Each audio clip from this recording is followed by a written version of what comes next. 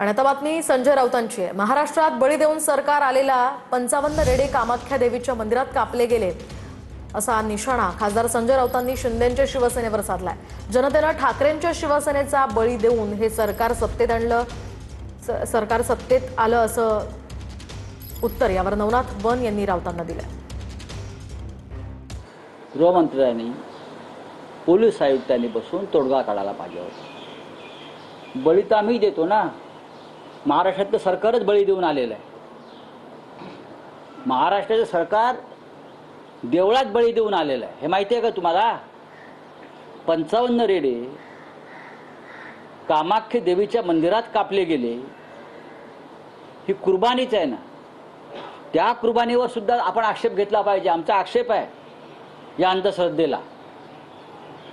55 रेडे कापून जे सरकार सत्तेत आलेलं आहे ते दुसऱ्यांच्या कुर्बानीला विरोध करत आहे,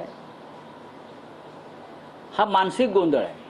सरकार रेड्यांचा बळी देऊन इथं आलेलं नाही, तर उभाटा गटाचा बळी देऊन हे सरकार आलेलं आहे। जनतेनं उभाटा गटाचा बळी घेतलाय। जनतेनं मतांच्या रूपाची सुरी ही उभाटा गटावर चालवली। तुम्हाला आमदार, तुम्ही जवळपास 90च्या पेक्षा जास्त जागा विधानसभेला लढल्या, फक्त 20 आमदार निवडून दिले।